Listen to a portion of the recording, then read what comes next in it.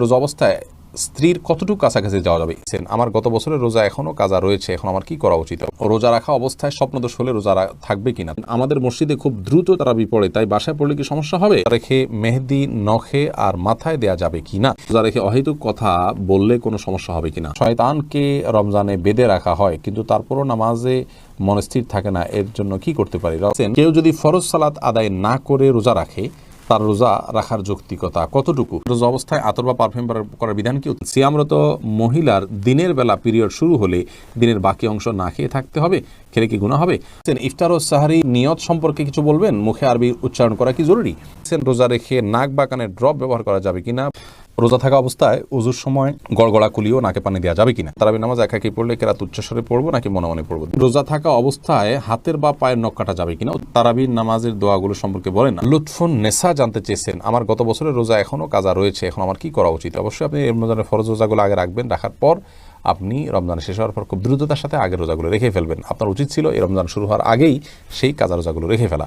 ইয়াকুব হুসাইন জানতে চেয়েছেন, রোজা রাখা অবস্থায় স্বপ্নদোষ হলে রোজা থাকবে কিনা? থাকবে, কোনো অসুবিধা নেই। স্বপ্নদোষ মানুষ ইচ্ছাকৃত করে না, অতএব স্বপ্নদোষ হলে বীর্যপাত হয়ে গেলে ঘুমের মধ্যে আপনার রোজা কন্টিনিউ করতে পাওয়া হবে। স্বপ্নদোষের কারণে বীর্যপাত হলে সে কারণে আপনি গোসল করবেন, গোসল ফরজ হবে আপনার, কিন্তু রোজা ভাঙবে না।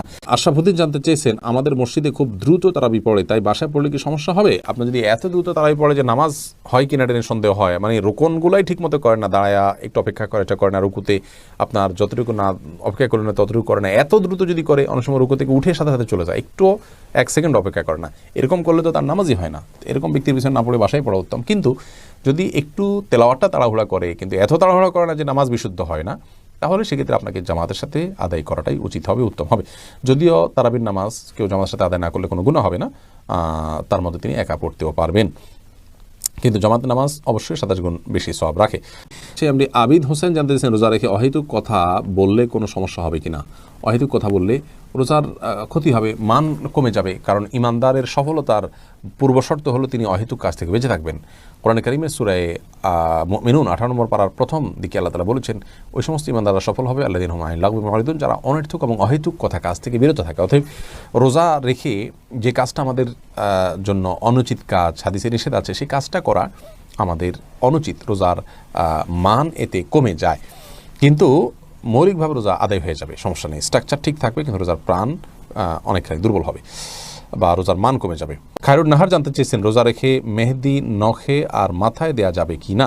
রোজা রেখে হাতে, নখে ইত্যাদিতে মেহেদি দেওয়াতে কোনো অসুবিধা নেই। আবু বকর সানি আপনি জানতে চেয়েছেন, শয়তানকে রমজানে বেঁধে রাখা হয়, কিন্তু তারপরও নামাজে মন স্থির থাকে না, এর জন্য কি করতে পারি? শয়তানকে রমজানে বেঁধে রাখা হয়, কিন্তু আমাদের মন বা প্রবৃত্তি যেটা আছে সেটাকে বেঁধে রাখা হয় না, অতএব সে তো আমাদেরকে মন্দ কাজের দিকে পরিচিত করে। আল্লাহ বলেছেন, ইন্নান নাফসা লাম্মারাতুন বিসসু, মানুষের প্রবৃত্তি মানুষের খারাপ কাজের নির্দেশ দেওয়া। অতএব শয়তানের শুধুমাত্র যে এই কাজ করে তা নয়, সেই জায়গা থেকে আমাদের নফস বা প্রবৃত্তিও আমাদেরকে কিন্তু ক্ষতিগ্রস্ত করে, সেটাকে নিয়ন্ত্রণ করা শিখতে হবে। শাকুল খান জানতে চেয়েছেন, কেউ যদি ফরজ সালাত আদায় না করে রোজা রাখে, তার রোজা রাখার যৌক্তিকতা কতটুকু? তিনি রোজা রাখছেন, একটা ফরজ আদায় করতেছেন, এই জন্য আমরা অবশ্যই তাকে অ্যাপ্রিসিয়েট করবো যে তিনি অন্তত একটা ফরজ আদায় করতেছেন, কিন্তু রোজা নামাজ না পড়ে রোজা রাখার মানে হলো যে তিনি লুঙ্গি না পরে আপনার গেঞ্জি পরার জন্য অস্থির হয়ে উঠেছেন। ব্যাপারটা এরকম হয়ে যাবে, গেঞ্জি পরাও দরকার, কিন্তু লুঙ্গি পরার তার চেয়ে বেশি দরকার। অতএব নামাজটাকে সবচেয়ে বেশি গুরুত্বের সাথে দিতে হবে, তারপর তিনি রোজার জন্য চেষ্টা করতে হবে। নামাজ না পড়ে রোজা রাখা, এটা হলো নামাজের গুরুত্ব বা সালাতের গুরুত্ব না বোঝার কারণে। আল্লাহ তাআলা আমাদের ভাইকে বোঝার তৌফিক দান করুন। পিয়াস এমডি রাইসুল রেজা জানতে চেয়েছেন, সিয়ামরত মহিলার দিনের বেলা পিরিয়ড শুরু হলে দিনের বাকি অংশ না খেয়ে থাকতে হবে, খেলে কি গুনাহ হবে? না খেয়ে থাকা উচিত, বাকি অংশ তার রোজার সম্মানার্থী করা উচিত। শিহাব মন্ডল জানতে চেয়েছেন, রোজা অবস্থায় আতর বা পারফিউম ব্যবহার করার বিধান কি? উত্তর হলো জায়েজ আছে, কোনো অসুবিধা নেই, আতর পারফিউম ব্যবহার করা যাবে, রোজা রেখে তেল ব্যবহার করা যাবে, কোনো অসুবিধা নেই। সাইদুর রহমান জানতে চেয়েছেন, ইফতার ও সাহারি নিয়ত সম্পর্কে কিছু বলবেন? মুখে আরবি উচ্চারণ করা কি জরুরি? ভাই সাইদুর রহমান, নিয়ত হলো ইচ্ছা করার নাম। নিয়ত শব্দের অর্থ হলো ইচ্ছা করা, আর ইচ্ছা মানুষ মন দিয়ে করে। আমি ইচ্ছা করেছি, অর্থাৎ আমি মনে মনে কোনো প্ল্যান করেছি, এটার নামই হলো নিয়ত করা।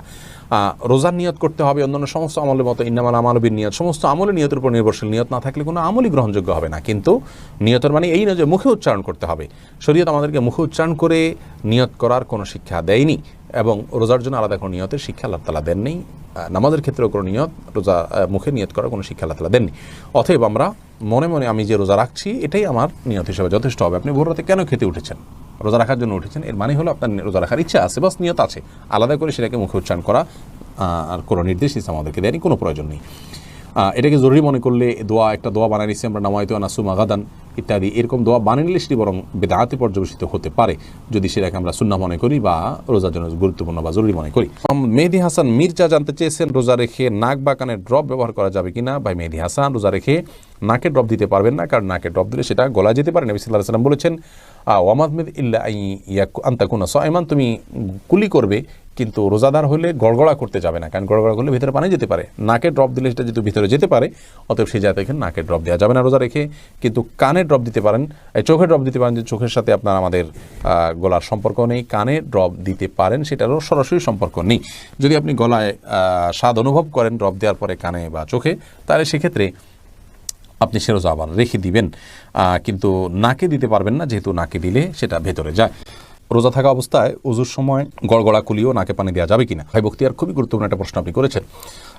রোজা অবস্থায় ওযুর সময় গড়গড়া করা, কুলি করা, নাকে পানি দেওয়া, এগুলোর ব্যাপারে ইসলামের শরীয়তের দৃষ্টিভঙ্গি হলো যে নাকে পানি দেওয়া যাবে, খুব বেশি টান দেওয়া যাবে না জোর করে। আর গড়গড়া কুলি করবেন, কিন্তু খুব বেশি গলার ভিতরে নিয়ে গড়গড়া করবেন না, কারণ নবী সাল্লাল্লাহু আলাইহি ওয়াসাল্লাম বলেছেন যে ওয়া মাদমিদ ইল্লা আন তাকুনা সাইমান, তুমি গড়গড়া করেই কুলি করবে, কিন্তু রোজাদার হলে তখন করবে না, যেহেতু তোমার ভেতরে গলার ভেতরে পানি চলে যাওয়ার ভয় আছে, চলে গেলে সেক্ষেত্রে রোজা ভঙ্গ হয়ে যাবে। অতএব গড়গড়া করা রোজা অবস্থাতে অনুচিত, খুব গভীর গড়গড়া করা। এরপর শেখ মোহাম্মদ শামীম জানতেছেন তারাবি নামাজ একাকি পড়লে কেরাত উচ্চস্বরে পড়বো নাকি মনে মনে পড়বো? দুইটাই করতে পারেন। উচ্চস্বরে পড়বেন এই নিয়তে, আপনি তাকবীর জোরে দিবেন, একামত দিবেন যে আপনি ইমামতি করছেন, কেউ এসে আপনার সাথে পাশে যেন মাঝপথে দাঁড়িয়ে যেতে পারে, সেই জায়গা থেকে আপনি উচ্চস্বরে পড়তে পারেন।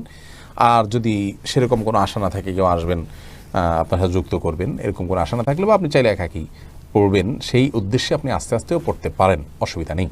আহমেদ শাহাদাত জানতে চেয়েছেন রোজা থাকা অবস্থায় হাতের বা পায়ের নখ কাটা যাবে কিনা। উত্তর কাটা যাবে, কোনো অসুবিধা। রোজা রেখে হাত পা নখ কাটা যাবে, এর সাথে রোজা ভঙ্গের কোনো সম্পর্ক নেই। রুবানা ইসলাম জানতে চেয়েছেন তারাবির নামাজের দোয়াগুলো সম্পর্কে বলেন। আমরা বলেছি তারাবির নামাজের 4 রাকাতের পরে দোয়া এবং শেষে দোয়া করার আলাদা কোনো বিধান নাই। নামাজের পর দোয়া কবুল হয়, সেই হিসেবে যে কোনো নামাজের পরে আপনি চাইলে আল্লাহর কাছে দোয়া করতে পারেন, আর চাইলে আপনি চুপচাপ বসে থাকতে পারেন, কিন্তু 4 রাকাত পর দোয়া পড়ার কোনো নির্দেশ কোরআন হাদিসে কোথাও আসেনি। এই দোয়া আমাদের নিজেদের বানানো, মানুষের বানানো। এমনি হাসানুল করিম জানতেছেন রোজা অবস্থায় স্ত্রীর কতটুকু কাছাকাছি যাওয়া যাবে। রোজা অবস্থায় স্ত্রীর সাথে সম্পূর্ণ পাশাপাশি শোয়া যাবে, থাকা যাবে, এমনকি চুম্বনও করা যাবে, আলিঙ্গনও করা যাবে, কোনো অসুবিধা নেই। শুধুমাত্র স্ত্রীর সহবাস সেটি করা যাবে না। সহবাসটা যাতে না হয় সেই জিনিসটি খেয়াল করতে হবে। লজ্জাস্থানের আপনার মিলন সেটি সরাসরি হারাম, বীর্যপাত না হলেও শুধু সম্মিলনটাই হারাম। এছাড়া আলিঙ্গন চুম্বন হতে পারে। আমাদের আয়েশা রাদিয়াল্লাহু আনহা বলেছেন যে নবী সাল্লাল্লাহু আলাইহি ওয়াসাল্লাম রোজা রাখা অবস্থায় স্ত্রীদের আদর সোহাগ তিনি করতেন, এটি জায়েজ আছে। তবে কেউ যদি সেটি করতে গেলে নিজেকে নিয়ন্ত্রণ করতে পারবেন না এমন আশঙ্কা হয়, তাহলে তার জন্য এটি করা জায়েজ নাই।